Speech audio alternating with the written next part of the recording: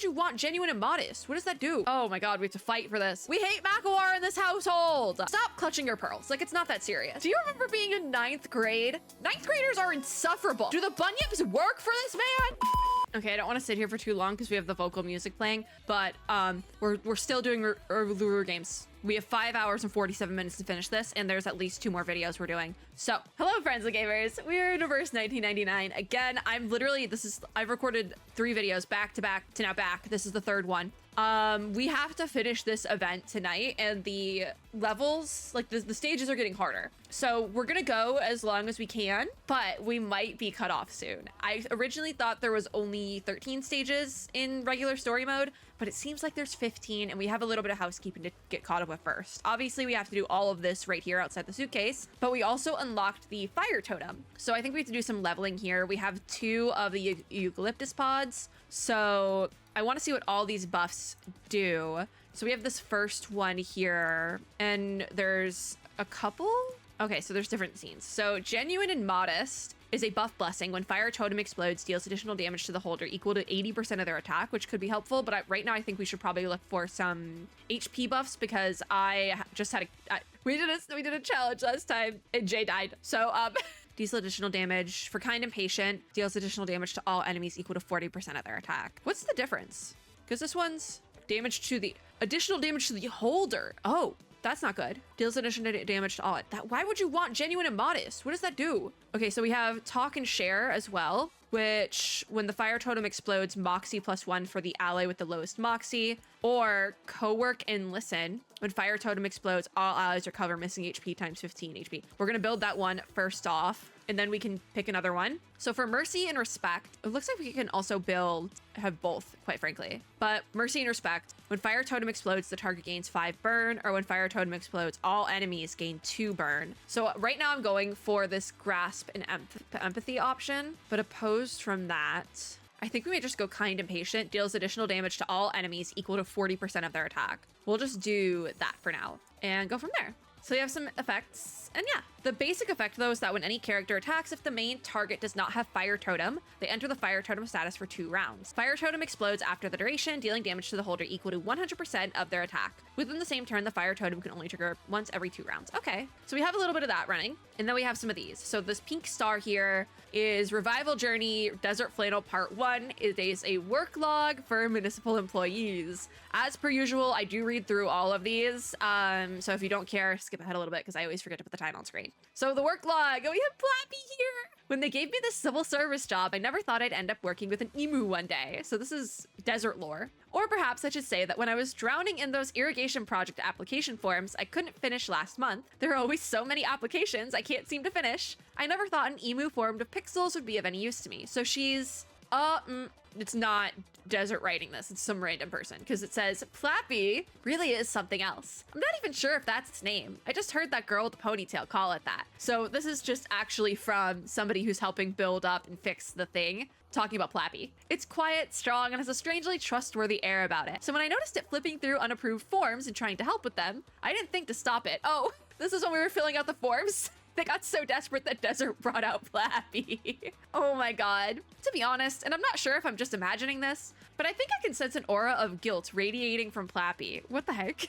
It's like the kind of guilt a mother clad in a polka dot skirt feels after her child's soccer ball smashes through a glass window. The sense of guilt felt by a grandmother wearing a woolen beret after her grandchildren ride their bicycles over a beautiful flower bed. Anyway, I can always count on it to bring me a basket of golden apples, appearing at my door, then bowing down all the way to the ground. I know this seems a little over the top, but whether it's true or my imagination, I have managed to calm down the revival squad formed by those rambunctious children. Oh, that's right. I mustn't forget to return Kate's backpack. She left it at my house when she came to the housewarming party earlier. This is going so weird. She took her sick leave immediately after and won't be at the office for 2 weeks straight. I saw her today. She looked good and seemed to be preparing for an interview. It's strange. Who would want to interview a civil servant? Maybe I should ask her the next time I see her. She's taking paid sick leave that she saved up and interviewing for a different job. She got so sick and tired of this that she left. That's what's happening here. So we'll go with claim rewards at the end, because now we have another stage for Ezra, part 3, Source of Rumors, a colossal and complex task of filling out documents. So we are going to fill them out, it looks like. Oh my god, we have to fight for this. So Insight 1 level 20 is recommended again, and we need plant characters. But we also have the fire totem, so maybe we're a little better off this time. I need to like save these team comps because I keep like never knowing essentially. So I know I have a plant shielder. I know she's only 36, but can I actually level? Oh, I can level her all the way up. Okay, we'll just do that. Awesome. Then we have, if we do a quick lineup, we have Satsuki. In the suitcase, we will throw not a plant character because I have both of them on the field. Thought I had a third one, but I don't. So we'll just put Desert in the suitcase because healer. Have a spare healer in there that can also do some damage. Okay, let's start. Last time I said it shouldn't be that bad. It was that bad. So I'm not gonna say anything this time, actually. Like, I'm actually not gonna say anything this time. I'm just gonna let things happen. Hopefully we don't die at first thing. That would suck. I'm just like watching with like bated breath because I'm like, please don't die. There's only one wave, so that shouldn't be too bad, but we're like losing health really fast. But we do have some more passive health effects, so we should be okay. Fingers crossed. Fingers are crossed. Like, I don't care if we lose an ally as long as we finish it. We might actually be okay though, because we're doing pretty okay. Maybe. It's gonna get very close. Okay, so that one's down. That was a little bit of overkill, but okay. Oh, thank God, we did it. Awesome, cool, great. That wasn't even a necessary, like, it was a necessary fight. We had to do it to continue, but forms, and more forms. Faced with a barrage of red tape, the perfect human has come up with the perfect set of answers. Oh, Ezra's our perfect human. Okay, so we have one more. Who's yellow? Spathodia, part 2. The Nagger Weekend Special. Malicious rumors spread by local newspapers. So now we get to actually read the paper. Is there a name on the, like, who wrote it? Makawar! We hate Makawar in this household! So, we have an exclusive expose. Revival Squad and Bunny Girl cause commotion at City Hall. Civil servants suffer mental breakdown due to extreme intimidation. This is just, like, not good reporting. This is, like, I don't know if I'd go as far as to call it, like, yellow journalism or something. This is just, like, not ethical.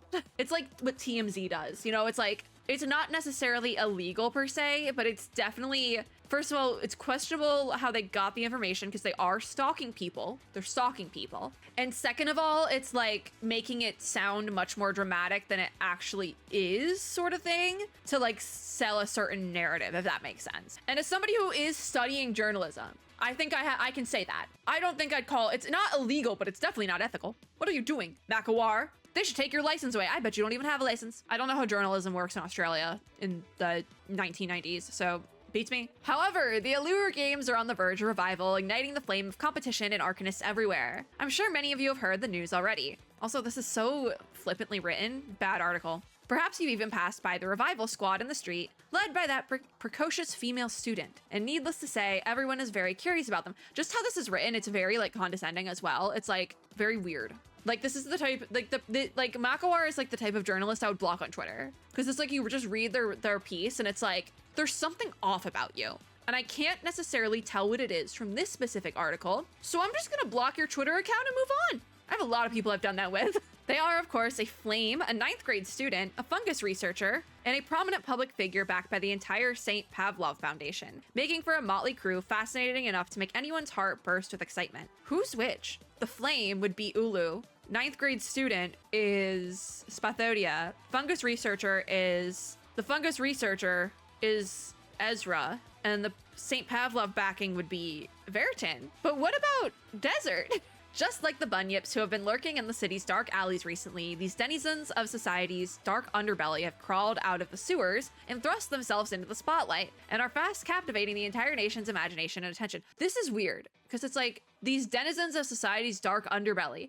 Veritan works for St. Pavlov. What are you talking about? A 9th grade student. What are you talking about? Even Ezra works for Laplace. Like, what are you talking about? Following closely behind, a bunny girl, a mad scientist, giant brown mushrooms, and pixel emu in tow, does the Melbourne shuffle by the fireside. I don't even know what that means. I don't know what that means. Where could you possibly hope to see such a scene? In a science fiction movie? At the circus? In your dreams, perhaps? No, this all happened at Alice Springs City Hall. The scene of pure absurdity was also the first impression a bystander who has asked to be referred to here as Ms. Kate had of the revival squad. Kate was the one in the other thing that she ended up quitting and interviewing for a new job. We have undertaken all manner of large events and functions, all on behalf of guests with etiquette and a sense of propriety. But they're just too much. My upbringing doesn't permit me to repeat the things they did. Please understand. Y'all are being so, like, stop clutching your pearls. Like, it's not that serious. Like, I don't think some of y'all would not last a day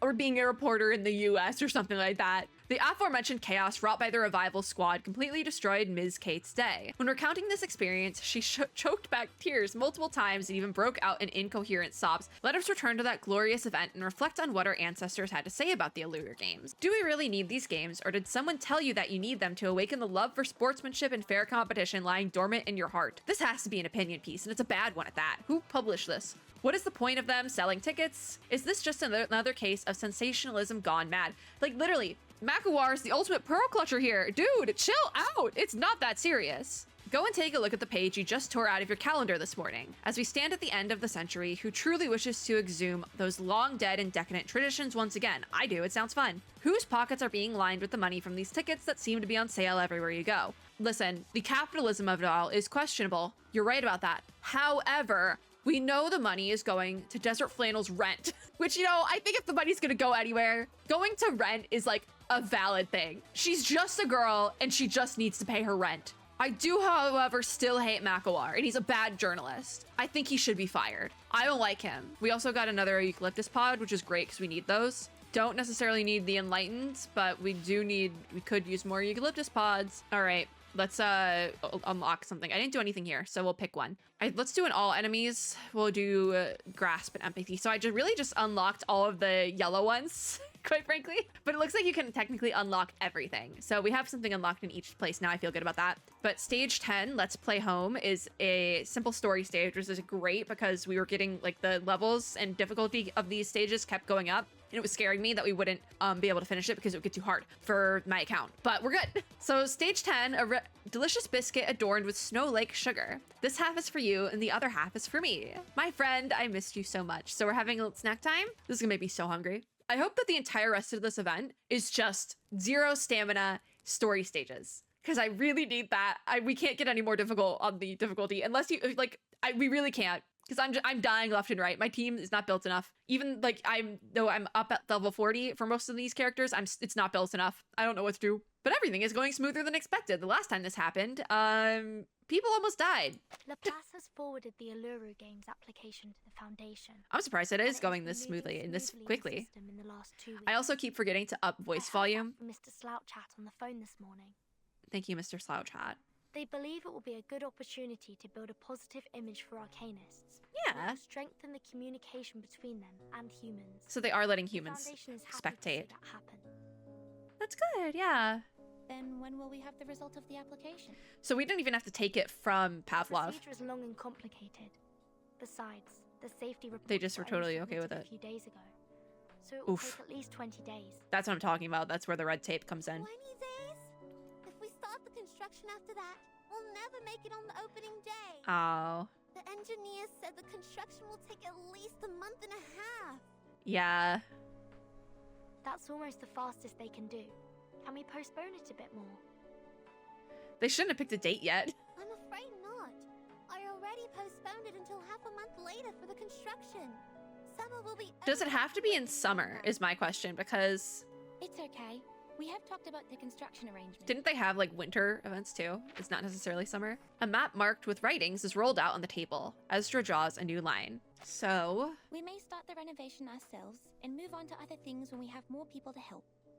As I demonstrated okay. here, if we plan it properly, we may be able to finish the construction in a month. Ezra would be the one to be the planner. Start the event as Miss Bethadia first planned. Gosh, I already But is checked it the schedule 100 safe times. to like do the construction We have ourselves? to cut down 15 days from nowhere. This is unbelievable. I have a candle burning. I keep looking off because I have a candle burning and it's starting to get to that point where like it might burn out. And so anytime I smell something that's like even a little bit smells like something burning, which also could be my heater because it's cold and so it's on, I'm like, is that my candle? No, we're fine. We're fine. It was the heater. But Spathodia holds the paper level to her nose and has a read. You're a genius, Ezra. I guess the games would have died on the vine without you. It's so nice that everyone's friends now. It's nothing extraordinary compared to what a real It's human still can going do. very Don't forget smoothly, that though. Are the pillar of the games. Let me see. But it's just, it Large proves a construction is point split into 3 that groups. humans One and on the arcanists open, are and equally the as other 2 important, are the internal ceiling and right? walls. Everyone's important here. Internal ceiling and walls? The what? Ezra, I have never made that request to the construction team. You must be mistaken. We need not repair what's inside the stadium. They probably have to though, because it's not like structurally sound. I added it to the list. But Ezra probably I doesn't know that. investigated the site with some workers from the construction team. The stadium is ancient. The walls are badly weathered and Yeah, because it's barely like just hold rock. It has become more of a natural scenic spot than a stadium for sports. Yeah, because like if you're just looking at it, that's You fine. might use a support structure made of alloy to... But this is where it stops going smoothly. Definitely no. But that's the thing. We need to modernize it in order for it to be safe for people to go to and like hold an event. That's like a very important step. Spathodia stands up quickly, overturning the chair. This is the Uluru Stadium we're talking about, not some office building. And I on don't the think street. that's something I will not Spathodia let you in. can I understand, wouldn't have left the gate open if because you she's told me very your like plan steeped in the earlier. culture of it. But what about the audience, Miss Spathadia? Yeah, How are we going to look after their safety? this is very true. If one of the walls or the ceiling collapses... Because you can still respect the culture, but like modernize it for safety. That's still something Nothing you're like allowed to that has do. happened before. Not Just even in one because- case in the past hundreds of years. But that's there's hundreds of years have gone by, Nothing stays thousands the same actually. forever. We have to foresee the danger before it is too late. Like I actually do have to agree with Ezra this time. They can run away from the danger themselves. Spathodia, Excuse me. do you want people to die? You already figured it out, right? The stadium can get rid of fatigue from Arcanists and adjust their conditions and arcane abilities to their best. But what about the If non-arcanists? accidents really happened, they can protect themselves. The I'm property sorry. will also warn the others. No, we can't just Never we knew cannot just someone rely else on would go ahead prophecy. to protect us. What about the human audiences? Yeah, this is really messed up. Spathodia, this They is have no messed up. Superpower, nor super senses. They can't fly a broom or teleport themselves. They can't even get themselves. Like out you of can't bed. just In be your like, plan, forget the How are you humans. going to ensure their safety? That's like very questionable, Spathodia. Humans? What are they doing in the stadium? Like I don't know if this is Spathodia talking or Flammy, but so they never meant There's to. never been a single human in the Uluru Games. But None of them have managed That's to so find the messy though, because it entrance. almost Not seems to mention like enter it. Spathodia just was like, oh my god, Ezra, you're a genius. Oh my god. And I was saying like, oh, it just shows how important both Arcanists and humans are. And like, we need to work together, obviously. But Spathodia is still very much steeped in this like, screw the humans. This is all about the Arcanist. Literally right after saying like, we couldn't have done this without you to a human, to Ezra. It seems like at the beginning, I literally felt like it felt scummy how Ezra was trying to use Spathodia for like a research paper, but we breezed over that real quick in a good way, We like fixed that where Ezra was like, no, I'm not trying to do that, blah, blah, blah. And it was like, okay, now we're all friends now. But it almost seems like the opposite is true now, where Spathodia is using Ezra being a literal genius, literal boy genius, to fix all the problems of the games. But then is like, humans still aren't allowed in. It's really messed up. Very, very messed up. Like, I don't want to call it discrimination, but it's kind of exactly what it is. But like, I know this isn't the first time Reverse has dealt with like hard topics like this. So I'm assuming it'll all work out, and it's also going to be handled well. So far, I think it has been handled very well. I think they're doing a good job of being like, yeah, Spathodia is kind of in the wrong here, but concerning. Human, Miss Spathadia. How is she going to respond to You this? invited me to the games. It's also you who told me that humans, like myself, can enter the Uluru Stadium. Yeah, because that's the to thing. expose itself. It almost makes me think there's some sort of corruption, like reincarnator corruption thing happening here, because it's just like what makes sense. Because like literally, canonically, I think it would be a couple weeks by now. Spathodia dragged Ezra into the stadium, and Ezra's been a great help. So it's so. I thought we were past this like disdain of humans, because like Ezra doing a pretty good job. The cup in his hand falls to the table. I thought you were different. Different how? Ezra's still a human at the end of the day. What do you think they were like not one of the bad ones or like the different from like what do you Showed mean? concern about Arcanists, and you helped us a lot. You're a kind human. But he's still a human. But I'm not special. I'm no greater than any other humans. I don't deserve to be treated differently. Yeah. I'm just one of the majority. an ordinary human. No, Ezra is entirely... I'm on Ezra's side. Accepted by the stadium, so can other humans. Also, they know we've been selling tickets. Ezra presses on the map dotted with red marks, dragging that arc he drew towards himself.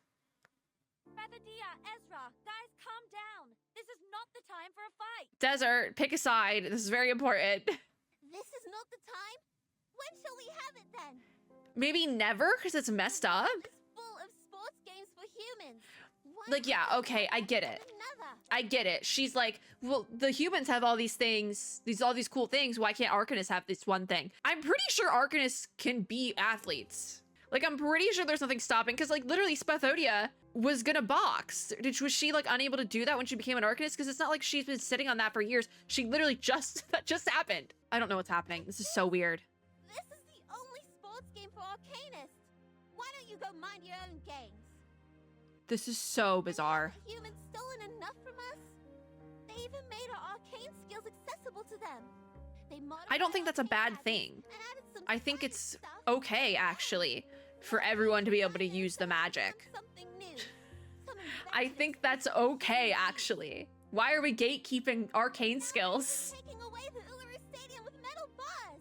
It was me who found the stadium, and I'm not giving it to anyone. Like, I know this means a lot to her, but also, modernity is good, but also I think it would make sense, because if this is, like, the end of, like, the 1990s, that's right before the, like, 2000s happened, and a lot of people were very resistant to change at that time, even with, like, everything's gonna explode when it hits midnight on the 2000, like, you know, everyone was like, like, we're gonna die. People were getting in the bunkers. Like, it makes sense.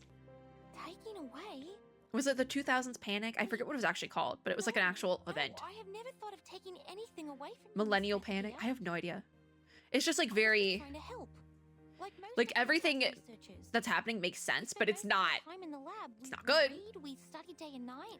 Also though, We weren't doing it to make humans noble, not for Arcanists. even Spathodia being a reincarnator or whatever the heck they're called, she's still a 9th grade student. She's still a child.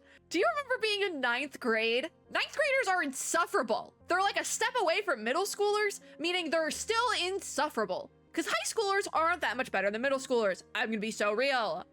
Those products and Anyways. achievements, they are the fruit of the combination of Arcanum and science. It makes They were made sense. to make everyone's life better. Everything that's happening, it makes sense why it's happening, but it's not good. One side is full of sullen resentment.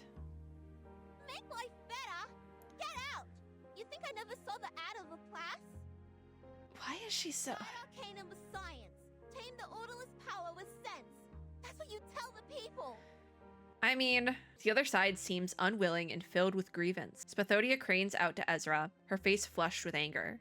Sense will guide sentiments, so as to prevent the latter from destroying itself. Yeah, that's in the sort of, that's kind of what I got from it. Like the You have to orderless tend to the thing flames carefully, to wasn't understand necessarily and all protect magic, but them just from like danger. This is what I've been wild taught, magic, I and guess. This is also the principle I've always acted upon. And Like, I'm on the Ezra's side. suitcase that we are staying in is also placed at the entrance made by humans. It's just like, I'm on Ezra's side. The rational, delicate boy frowns and grips the pen until his finger whitens. We were It's our only trying delicate to boy. help. That's all. We love Ezra in this household. The drawing is torn into 2 pieces, underneath which the table in between seems like the King's Canyon. I think, isn't that a place in Australia? I'm out. It's pointless arguing with a rude human who has no respect for Arcanum. Like, I know Spathodia's gone on this whole rant, but I do think there's something else, like a reason why she doesn't like humans. But also, I feel like didn't she just find out she was an Arcanist, like, at the beginning of this event? First trotting, then scooting and running, Spathodia storms toward the door at the end of the hallway. She slams the door and shuts the world out. Like, weren't you a normal human, like, a couple weeks ago, Spathodia? Sorry. I will go back to my room now. Oh. Head lowered and murmuring, Ezra runs away from the table as if chased. Ezra! Veritan was there the whole time and didn't say a word. Oh, what just disconnected? What just disconnected? What just disconnected? Okay, is my mic okay? What happened? What happened? Okay, my mic is okay. I think it might have been my camera. I've had it plugged in for a little while and it's like off, but I think that might have been my camera making noises. Do we still have all of our... Okay, yeah, we still have my passports are still connected. I'm just like, what happened? My model is still moving. What happened? Oh my god, that was terrifying. Okay, everything is fine. Okay, let's keep going. So, what did Virgin even say? I missed it because I was like, what happened? It's a nice map. Oh, she's putting the pieces back together, isn't she? Yeah. And Ulu is just there. She puts the two pieces together, but the crack on the paper still can't be ignored. It shouldn't be left in halves. What do you think? Oh. I don't like the idea of giving up. And I have never messed up a job once I took it. Desert. That must be nice. I definitely have. Desert Flannel pushes the left half of the map towards the burning flame. I'll take care of this, and you look after that. What do you say? What are we doing? You go to Ulu? Ulu is just breathing heavily. Slightly distorted as well. All right, I'm skipping ahead. Ulu, you make too many Ulu, noises. are you alright? I'm fine. I just feel a bit dizzy. Because it seems like Ulu responds to the My head has emotions been feeling heavy since the battle against the bunyips. of And the sometimes even my body feels thing, itchy. the stadium itself. I think I'll be fine after I fully recover. And so there being so much like discord is probably really affecting Ulu. And now it's like come to a head. But Ulu shakes her head and picks up the broken map. And she's not gonna burn it. Leave this half to me. I'll talk to her. Yeah, Ulu, you gotta go take care of Spathodia. That's on you. That's on you, babes. I'll request another raise of your accelerants from Laplace. Desert Flannel, you take What's care an of accelerant? I'll follow the progress of the Foundation's examination. Let's move, friends.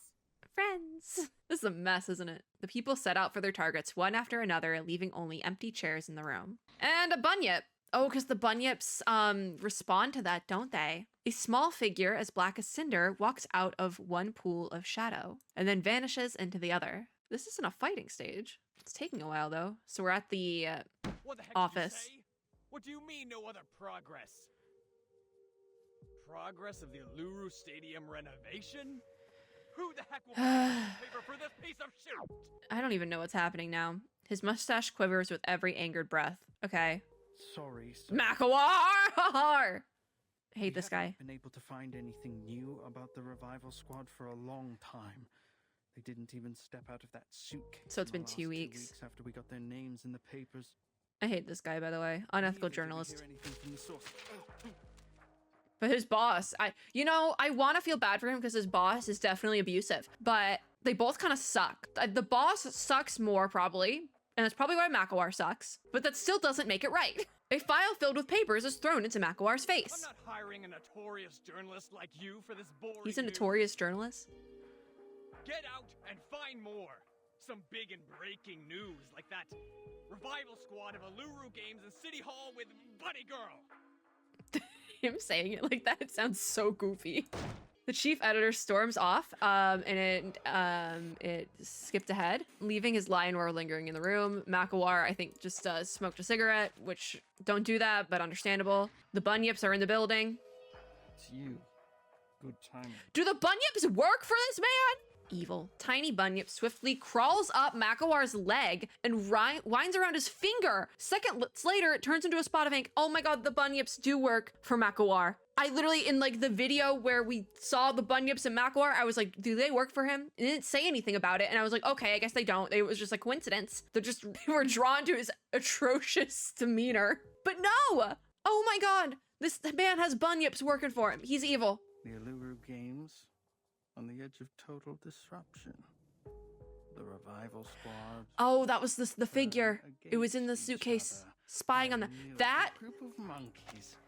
that might be illegal. That one might be illegal. That might actually be straight up stalking, like putting a video recorder, or I guess it would be like a sound recorder, in someone's home. I'm pretty sure that one's illegal, actually. Because I've said before, like, it's not illegal, but it's definitely slimy. It's definitely bad, unethical. Someone should take his license away, probably. Or at the very least, he should get canceled on Twitter. No, this one might actually be illegal. This is fun. But I think 1990 was probably before a lot of laws were made around that sort of thing, especially with journalism. I don't actually remember the timeline. I probably should remember it, but I know that there's like... You good, Makawar? Actually, you know what? I don't really care. His body keeps trembling, trembling, and trembling until he can't help but let out uncontrollable laughter. So is Makawar the final boss then? What is this guy's deal? He's so weird. He's so weird. I knew it to not trust him. Okay, we got a lot going on over here. So we have this section, Desert Flannel Part 2, a chance encounter between Plappy and a bunyip in the suitcase. So, okay. Plappy raises its head and goes, "Hoogoo!" The bunyip raises its forelimbs and slowly approaches, hissing. Plappy then takes a step back and stomps and observes, says "goo goo." The bunyip rolls sideways and says "groo, groo hoo." Plappy flutters its wings. The bunyip lifts its front paws and goes "woo-ha." Then Plappy tilts its head and touches the bunyip's paw, saying "goo."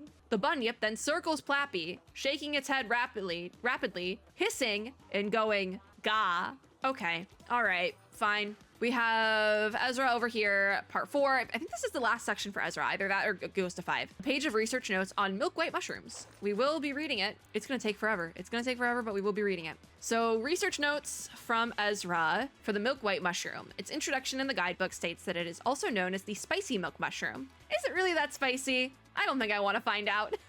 Ezra can't do spice. Couldn't be me. Now I'm thinking about my food that I have in the fridge. It's just like a little rice bowl, but there's like spicy mayo on top. I really want it now. This mushroom was discovered at the foot of the Dandenong Ranges in the shade beside a stream. To prevent it from drying out, I placed it in a cloche and brought it home with me. Its external appearance, the cap is semi-spherical in shape and has a diameter of approximately 3 centimeters. I literally can't even form a picture of this in my mind. Its appearance is very unique with soft gills and a cap and stem as white as snowflakes. Unfortunately, it only grows at the foot of the ranges, not on their sometimes snowy peaks. Beneath its cap lie many small spore stacks, which, when opened, reveal spores of a creamy hue. For the tissue sample, Ezra writes, I cut off a small piece and when observing it under a microscope could see that the pileus? I don't know. I haven't taken biology in years. That thing was tender and the curved hyphae were thick and wavy or annular. They did their research. I don't know what we're talking about. The devs did their research. The structure is very similar to other milk caps, with differences mainly reflected in color and mycelial morphology. So for its function, we first have edibility. Being a wild mushroom, it can be eaten raw or used as a cooking ingredient. Aren't you not supposed to eat mushrooms raw? Like you can, but you're not supposed to. It like kind of sucks. Like it won't kill you mostly unless it is like toxic. But it's not recommended. Just because it can be eaten raw, it probably shouldn't. It's milk white juice. Ew. Retains this inherently spicy flavor, stimulating the appetite and thus making it suitable for use as a seasoning. Ezra writes, I'll take good care of it, whether for research or as an emergency food reserve should the need arise. 2, we have medicinal value. White milk mushroom extract boosts anti-inflammatory and antioxidant pharmacological properties. Oh god, its polysaccharides and peptide components are used in anti-inflammatory drugs, and their inhibitory effects on tumor cells are also used in adjuvant therapy for malignant tumors. My god, I'm struggling. White milk mushrooms can enhance the body's immune system and enhance athletic performance. You see, that would be great for me, because I have a horrible immune system. But once again, I am still allergic to mushrooms. Ezra writes, does this mean Arcanists can use it as a nutritional supplement? I'll make a note of this. I need to gather more data. Part 3, environmental indication. The white milk mushroom is highly sensitive to its growing environment. Thus, its growth status can provide a preliminary reflection of a forest's ecological health. This has caused it to become one of the ecological indicators for environmental assessment. Ezra then writes, humidity, nitrogen, and pH levels are all indicators that correspond to the growth status of white milk mushrooms. Then adds, this was an oversight on my part. I only recorded the growth location but forgot to test the environmental indicators. Treat this as a lesson and be more careful in the future. Okay, so those are the research notes. Awesome. Next, we have one more over here for Spathodia from the Australian Journal of Biological, I'm assuming that's cut off behavior. I don't know. It's a research report from Biology Journal though, which means this is gonna be a long boy. That's a long boy. All right, we're gonna read it. A study on the effect of changes in water temperature on the bunyip's lie detection mechanism. Okay, so we have some experimental samples. I don't know why this is coming up with Spathodia. Number 1, 12 adult bunyips numbered YP01 to YP12, each approximately 10 feet long, divided into 2 groups, A and B, with 6 in each group and with a balanced gender ratio. Number 2, 3 human volunteers, numbered V1, V2, and V3. And number 3, there's actually 4, but number 3, 2 large enclosed aquariums capable of accommodating a total of 12 bunyips. Number 4, 3-color picture cards placed in a sealed, unlit box depicting apples, bananas, and pears, respectively. For the method, number 1, first off, we place the 12 bunyips from groups A and B into their corresponding aquariums while ensuring freshwater quality and oxygen quantity are consistent. Are bunyips aquatic? Since when were bunyips aquatic? We're in Australia. Ensure that Group A's water temperature is set to 14 degrees centigrade and that Group B's is set to 32 degrees centigrade. What the heck is a kilometer? Number 2, direct V1 to enter the room and select one of the picture cards from the sealed box at random without showing it to the 2 groups of bunyips. Number 3, V1 then describes the selected fruit on the picture card to the 2 groups of bunyips. This description can be true or false. To avoid the personal traits of individual volunteers affecting the result, the voices of the volunteers must be altered and the volume unified. Alright, control. We have control in this experiment. Number 4, record the physiological responses of the 2 groups of bunyips, including dorsal fin vibration. Oh, okay, the bunyips are aquatic. Alright. But dorsal fin vibration, frequency, heart rate changes, and body temperature. I must guess bunyips can be just about anything. I thought they skipped 6 because I just saw this one block. No, we're good. Number 5, replace the volunteer and repeat steps 2 to 4. Number 6, determine the authenticity of the content described by volunteers via hidden camera recordings. And number 7, compare the differences in physiological responses to true and false descriptions between the 2 groups of bunyips. And then we have our results. Number 1, when volunteers provided authentic descriptions, both groups of bunyips remained calm. Number 2, what's the difference between the 2 tanks of bunyips? What was the difference for that? Anyways, number 2, when volunteers provided false descriptions, dorsal fin vibration frequency and heart rate in both groups of bunyips increased significantly. Number 3, both groups of bunyips could sensitively distinguish between the behavior of humans when lying and when telling the truth through physiological responses. And the higher the water temperature, oh, it was water temperature, okay, the more sensitive the bunyips became. Conclusion and perspective optimizations. All right, cool. We have a whole paragraph now. The individual YP07 in Aquarium B showed significant physiological deviation in its responses. Through retrospective analysis, we found that regardless of whether the description provided by the volunteers was false or not, YP07 was more likely to believe that the picture cards drawn depicted bananas. Whether this is because the individual concerned prefers bananas, or because the high water temperature affected YP07's judgment in a way that made YP07 more willing to believe that the fruit on the card was of a tropical nature, has yet to be determined. Follow-up research will expand and optimize the current experimental setup based on these 2 assumptions in order to study the correlation between them. I think this is so funny because this is like literally how these things are written. I think that's so funny. Like journals and things like that. No notes. That was cute. All right. We did the Ezra stuff. Wait, is there? Oh, there's one more. Never mind. I was like, we did all the Ezra stuff. We're done. No, there's 5 for each. That makes more sense because I was like, we haven't done all the tasks. But that makes a lot more sense. Okay, we can go one more. So next would be Glass Slippers, which is a combat. It's Insight 1 level 20, so we should be okay. Oh, and this is like a whole stadium now. Oh my god. Yeah, I see why, I do see why Spathodia would be very against this. This is like totally different. This is like a real stadium now. All right, so moving on, Glass Slippers. Beautiful, resplendent, and impossible to ignore. It might not fit perfectly, but we don't have any other choice. I do think that makes sense. I get why Spathodia was against it because this is very different. However, it makes sense that we would need a proper stadium to have people, to have seating, and have it be safe. It makes sense. And I do think that Spathodia, being one of the reincarnators, is very just like passionate about keeping true tradition, but also you need to modernize things in the current era. We're going into the 21st century soon, baby. It is what it is. And that's not always bad to modernize things. Sometimes you have to for safety and things like that. Science is necessary, actually. Moral of the story. You know, with things like food safety, it's the same sort of deal. Just because it was done in the past, and that's what was done in the past, doesn't mean we should keep doing it. Like, yeah, people ate raw meat way back when, but we really shouldn't keep doing it. Anyways, the door is closed, and there's a knock. It's Vertin. So, what's going on now? Miss Desert Flannel, is Ezra still with you? Oh, Veritin's just like, hey, what's going on? Hey. After a while, the door is still closed. Veritin knocks Desert again. Flannel? No response. That's great. Silence is the only answer. That's great. Dia has decided to supervise the construction herself. Okay, And Ulu is now with her at that the site. works. I'm wondering What how you were doing with concerns Ezra. me is where's Ezra and No Desert? response. Because they were in their little Hey. wooden figures were in the art, you know? Not in the room, I knew it. So, are they at the construction? A note has been left on the desk beside the bed. Huh? Do I have to read it? Showing Ezra what the world is like. Oh. Be right back. Okay, so that wasn't their stadium.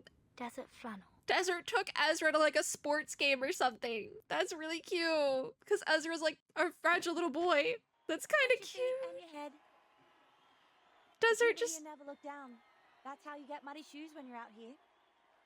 That's Here, Kind take of- my hand. That's really sweet. Desert flannel? What is this place? Oh. What are we doing here? Where are we actually? What are we doing? Something What's that the needs to be popular done, and something that needs to be said. What's a popular sport in Australia? I don't know what y'all are into. The deeper they go, the louder the cheering they hear from the crowd. Big bloke, don't get in my way. Desert's like, move it! I'm showing my honorary little brother a good time. The big guy steps aside. A ray of light penetrates the air and pierces Ezra's eyes. And the only thing he can see is boundless white. Yeah, we're gonna be in the paper. Oh, what is it? Is it football / soccer? Rugby? What do you do in Australia? This is really wholesome though. It really is. I'm not even a sports person. Like, I would hate this. I have been to many, many sports games before. I've said this before, but I used to work in video production when I was in high school, and I would do directing and recording for a lot of this sort of stuff. So I've been to these sort of things. I don't like them. I never learned how they worked either. But by the time I was like a senior in high school, I had one of my like juniors asking me like, you've been doing this for 4 years. Shouldn't you know this? I'm like, no, I don't know a damn thing. I didn't learn a single thing. The only thing I learned was mercy rules for certain games because I was like, can we go home? When can we go home? That's the only thing I learned over 4 years. The warm-up of the rugby game. It's rugby! It's not a formal game, but the audience's enthusiasm. I knew that rugby was Australian, or at least popular. It was at least popular in Australia. But I'm Desert Flannel, and I know people on the street. Even when we're outside Melbourne. Oh, they left Melbourne. Where are they? Sorry, I've never watched any games, and I don't know the rules of rugby. You don't need to know the rules. Just watch them run around. I don't think I will understand. I've actually the never rules. seen rugby, but I've seen Do you mind? like I've seen soccer, No, I'm cool with because that. that's what we call it here. Because the game is Seen fun football. for us. Hockey, baseball. You see that guy over Oh, there? That's Tom. A shining new Aw. star in the NRL. the music kind of is like sad. He's though. from the Melbourne Sail Car Club. Look at them. Oh, I forgot the last sport I was listening. Lacrosse. I've done lacrosse. Not done it, but I've like recorded it. They have a seagull as their club's mascot with a fish and a chip in its mouth. Why is the music so like sad? That's what scares me. But it's beautiful, actually. I love the music playing. That's Kip Carl of the Hobart Blue Lake. He's the Like, type I'm of about to owner go who's really tactful. Look up reverse on Spotify after this and just play the... Because I have a lot of work I have to do after this. It's 11 o'clock at night. I have so much work. I'm probably going to be up all night before the Toy Box live stream. Doesn't look tough, does he? He Um, is the slippery Jerboa because, man, he is fast when he gets the this ball. is really wholesome. But I'm about to just put on the OST for the rest of my night. I still don't understand. Going down a reverse hyperfixation hole after this. Them are arcanists. None of them. Oh, Nice one. Russell made it again. look at them. This is really wholesome. That's why she took Ezra out. She's like, none of them are arcanists. You can still be special without being magical. And again, it goes back to both of y'all are important. Both groups are important and we need to live together in harmony. Oh my God. Now that Jamal is slippery as butter, run for it, Russell. Victory is going to the Shepherds of Melbourne. Whoever voiced the commentator did a really good job, by the way. It's like, it sounds believable. On the green field, Russell is roaring excitedly after his goal. He draws a cross symbolizing victory on his uniform stained with dirt and grass. I didn't even know that was a thing. I didn't know that was a thing they did, but that makes sense. Desert Flannel took Ezra out to see things and be like, you can still be special, even if you're not an Arcanist. Wave after wave, the cheer of the audience swells through the field. Ezra, however, is pulled by a sudden force at his arm and heads out of the stadium. I'm hoping that is Desert. Hoping that's Desert. Okay, inside a dark and long tunnel, Desert Flannel marches without hesitation. Mankind is known for their physical resilience and endurance. That is to say, Ezra. Tom and Kip Carl are humans, while Russell, whose skills and unpredictability are his strengths, is an Arcanist. Oh, A reasonable deduction. no, she's gonna be like, they're all humans. Physical resilience and varied skills are indeed the respective features of mankind Which would and take back arcanists. would take back my thing of earlier saying that Arcanists can be normal athletes. I feel like they probably still could be, but not, at least not in this case. And Desert probably knew that going into it, which is why she took him to the rugby game specifically, maybe? Things are not as simple as they appear.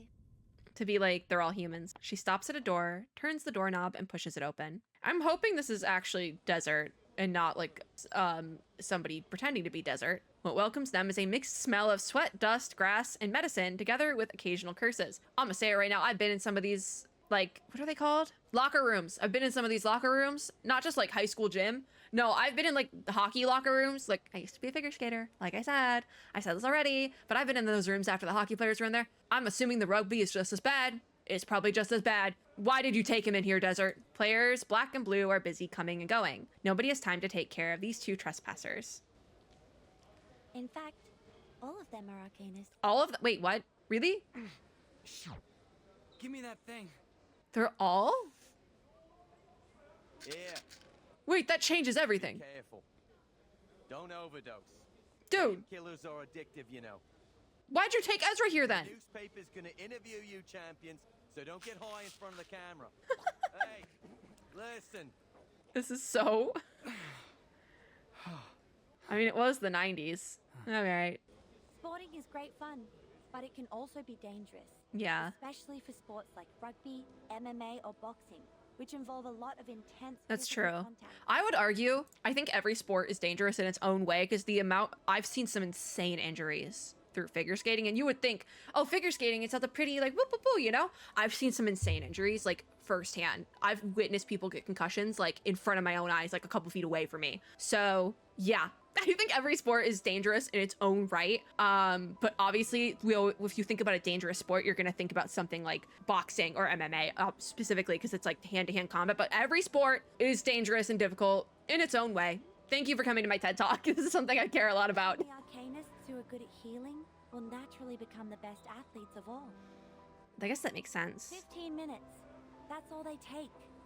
Most of the arcane treatments take only 15 minutes to What is heal a Desert getting patient. at, though? And before that happens, the athletes would just take painkillers to help themselves get through the game. Yeah. And after the 15 minutes, they are refreshed and healthy, like those athlete dolls you find in the souvenir store. In the what? They The who can what? Slide, impacts like a maniac, and don't have to worry about missing any important sporting sessions if injured. Okay, and... This is an advantage? That's right. An unbelievable advantage. But Oh. are they really as good as they look? Their glory comes with I a guess that price. makes sense. Ligament damage and the irreversible tears keep recurring. I guess if you, like, keep getting injured, But eventually... there is still an elephant in the room. It paces around. making Desert is very noises which are well-spoken when unfit she for the chooses to place. be. Like this conversation we're having in the locker room. But on the sports field, where blood boils, power and strength are the only things that matter. Nobody has the time to stop and ask what we're doing here. Just like they don't have the time to notice the Are they all Arcanists, though? Because that makes no sense why she 20 would... years ago, Margaret of Broken Hill was invincible on the court. Is that... In August last year, she died Oh. on the last day of winter. Did she die of recurrent injuries? It's very likely that Arcanist athletes who That's what I was repeatedly get saying. injured and heal themselves would get hurt on the same body part in the future. Because you can only do that so many times before, you know? They might even twist their ankle from It's the same walking. thing with, like, getting a repeat Sometimes injury, even as, like, a normal break person. bone too. If you get No, the same injury multiple She times. died from an overdose. Oh. Well, I mean, yeah, you see that, She too, needed especially in the a 90s. specific amount of painkillers to ease her pain. So much that her body was overwhelmed. Yeah, it does happen, unfortunately. This is cruel. We have to report this to the Foundation and solve it once and for all. The athletes could have played in a safer way if given help. Like, did Desert bring Ezra here then to be like, this is what we're doing? Like, we're built different. Our athletic competition is built different now? Because that's just weird. It's rare to see the boy being so unsure and nervous. An astonished look takes over his pretty face. Listen, let my boy live. Desert Flannel ponders and looks at him. What was her reason for bringing him here But then? what if I tell you the Arcanists also don't have a choice? For humans who have the talent for sports, they can win 'Cause, like- medals with their physical strength. What? Why? Just because someone's an arcanist doesn't mean they're not talented. What? It's like, oh, they're an arcanist, so they suck at everything they do. What? So, arcanists have to make the most of their advantages to keep abreast. That doesn't make sense. That doesn't make sense. She silently nods. Because that's the thing about sports. I had no idea. Which, I mean, you see a lot even nowadays. Like, people get so up in arms about somebody having the possibility of somebody having like an advantage because of how they were born, or like just like how they're made up. And it's like so not true. It's just like so like everyone's fighting their own battles, right? And some of those battles are going to make sports a little bit easier, but others aren't. Others are going to make it worse, and people are going to be mad because it's like, well, you have an easier time. And it's like, no, I don't. Oh my God. I'm sorry, Be normal. truly. Oh my God. I still think it would have been more impactful if Desert brought Ezra here and was like, these are all humans. You don't have to be an arcanist to be special, blah, blah, blah. But I see why they, I guess, didn't do that, because there also is another message to be sent here as well. But Desert Flannel once again puts her hand on his shoulder and pulls the boy into her arms in a sisterly embrace. See, honorary little brother, Ezra. An honorary big sister, Desert Flannel. I love it. I love I them. didn't mean to make you feel guilty. Nor did I. But I think the message here is, right? But Ezra, I was once one of them. Oh, that's I used Desert's to live lore. on the prize money. That's her lore. That's why she's like quote unquote famous. And now, you know, she's struggling to pay rent because she used to be an athlete as well. That's why I love my girl Desert Flannel. I get her. But I do think the message here is that everyone, like I said, everyone's fighting their own battles. Everyone has their own stuff to deal with. And just because you might think one person has it all better, they probably don't. It's rough out here for everyone. I'm only telling the truth. It is happening every day, every moment, and every second.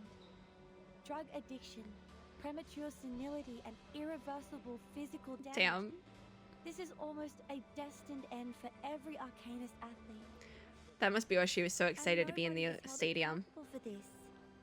Not the clubs or the hosts of the games.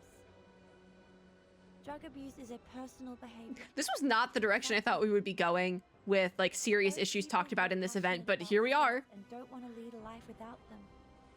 I have no idea how they Yeah. would make a living or handle a quiet. No, I understand this I fully. know they don't have much of a choice. I fully understand what she's going on about. The sport industry of humans is generous. They offer equal chances to human and Arcanist That's what athletes. that's why I said arcanists could But be it's athletes. also cruel.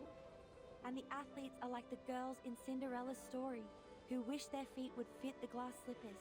Oh damn, that hurt. I'm gonna They cry. have I'm gonna no cry. choice but to cut off part of their heels to earn the glory. My model's glitching out, but and I'm gonna cry. This isn't fair. These sports and rules are not appropriate for arcanists. They have been treated unjustly. They aren't taken seriously and respected. It is as weird, and I athletes. do think it's weird in a way how they're treating being an arcanist almost like it is like a chronic illness or something, or some sort of other physical or like even mental condition that people deal with. And I do think it's interesting because you always think of like magic in fantasy media as being like a positive, but they're treating it more like it's a negative here, which is very different and something I'm not used to. Is, But I do like is that. Fathadia one of them? I do like that because I think it's important. Not necessarily important, but I think it makes sense that in like a more modern setting, magic would be more of a hindrance than like a good thing. Because like you have to think about like the price people pay for it. So furious. Yeah, because she was a boxer. So the rumor that they are turning against each other is true. God, get this guy out of here. Oh my God. They set that up though. They foreshadowed that. Oh my God. Because they said you're gonna get interviewed. This is the human representative of the event. Shut up. You, And that's why Makawar was following Desert, probably. This is not how a polite kid would address others, Mr. Ezra. You're not a polite man. You're a scum. Concerned journalist who ran into Makawar, you are reporting a scum of the earth. Watch your mouth, mister. This is harassment. He is harassing them. He's stalking them. That is harassment. She covers Ezra and rapidly moves backwards, but behind them are still clinking cameras. They surrounded them. you're cornered. See, this is celebrity journalism like this. I hate it. I hate it. I think it's so scummy and unethical, and I hate it. Let people breathe. Oh my God. And the whole argument of, well, they're a celebrity. That's what they signed up for. These aren't even celebrities. These are normal people. Leave them alone. Then we will I feel very passionate about these things. know the price of being a long-tongued liar. Kick his ass, Desert. Kick his ass. We come back to that. I said that earlier in one of the videos. Kick his ass. This is gonna be a long video just because I've been sitting here lamenting, but nothing's recommended, so I'm gonna throw together a better team. So we want, I think, Tenet, Jay. Hopefully he doesn't die again. I really hope. We put Desert in the suitcase. All beast characters. This is the only element I have in my account. There's no wave requirement for this one, but just defeat all enemies and that no one dies, so we might not get no one dies. Let's go. We're literally fighting reporters. That's really funny. Like, it is possible to be a good journalist without being scummy. And I think it makes you a better journalist if you're not scummy. Just saying. These are things I'm very It's funny with this event. It ended up being two things I'm actually very passionate about, which is like the health, both physically and mentally, of like professional athletes. Because I wouldn't say I was professional at any means of the word, but I did in a way kind of suffer from training to be a professional athlete. So I see that side of it. It's something I'm very passionate about. Like I always say that if I was smarter and like could go to med school, I would want to be like a sports psychologist. Is like in another life, that's the job I would have taken, because I've seen so much messed up stuff, like really. And so I get it, and it's something I'm very passionate about. But also I'm very passionate about scummy journalists are scummy. And both of those things ended up being represented very well in this event, which is really interesting that I got to kind of go off about both of those things, like almost I think in one video. I think I went off about both of those things in this video. Welcome to the TED Talk episode of the Uluru Games arc. This was fun, right? This is so fun. What's my lemonade doing? This is my first time getting this far in like a main like flagship event set up and like done in reverse. And God, it just reminds me, like, I love this game. The lore, it's like a big lore and like story enjoyer. And I like when stories can handle like hard topics and even more niche hard topics like this one. Like there were some niche hard topics in there, but then there was also some like more broad ones, like they talk about like drug abuse and things like that. And I think that's also very important to have represented. Oh my God. And I just, as a lore enjoyer, I love this silly little game. It's so fun for me. I think this like specific episode of Uluru Games coverage really sent that home. There we go. Yippee. We actually got both stars, which is kind of cracked. Thanks, Jay. You didn't die this time. That was probably a one-off that he died last time. I'm just gonna say it was a one-off. It was an accident. He shouldn't have died. Rest in peace, Jay. You had your revenge. All right, because we've been doing this for a little bit, I think what we're gonna do, 12, 13, 14, 15, we're gonna go through these bits in this video, these last little like bits here, and then what we will do, like we'll finish out the things to unlock 12, and then in the next video, I think we probably will just go 12 all the way out to 15, and it'll be probably the longest video of all of them, but this one was long because I paused to yap, and that's okay. So we have Revival Journey for Ezra, some dusty tickets. It is a ticket for an Australian rules football game. Is football rugby? Is that, man, I don't know. So it's a crumpled ticket stub covered in creases and watermarks. The handwriting on the front of it has become blurred. Australian redacted football championship preliminaries. Redacted Sailors versus Hobart Lakers. Match time, Saturday 3rd, redacted, 19, redacted to 1930. That's really short, oh my God. Ticket type, B seat, redacted, 216. Ticket price, $19.99. That seems expensive for, no it doesn't, that seems really cheap. I'm like thinking about sports games tickets. I'm thinking about like, I've gone to concerts for like 20 bucks. And then in the big year of 2024, because nothing's happened yet in 2025 when I'm recording this, but I'm like, that seems really expensive. No, but then I remembered sports games are always more expensive than like local pop rock, indie rock shows that I go to.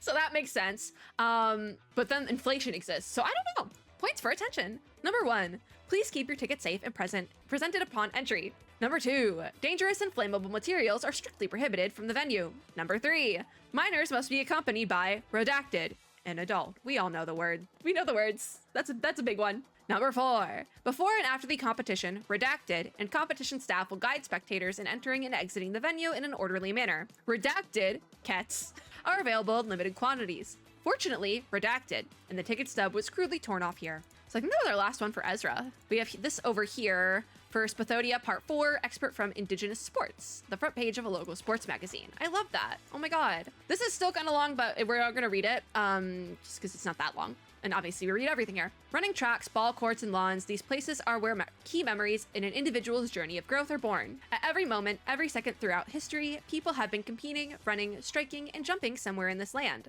Yes, this is true. Especially Australia. It was through friendly competition and childish games, throwing stones and tree seeds, that children learned the basics of hunting. As they grew older, they would climb tree trunks, pick wild fruit, and hone their nimble movements and footing.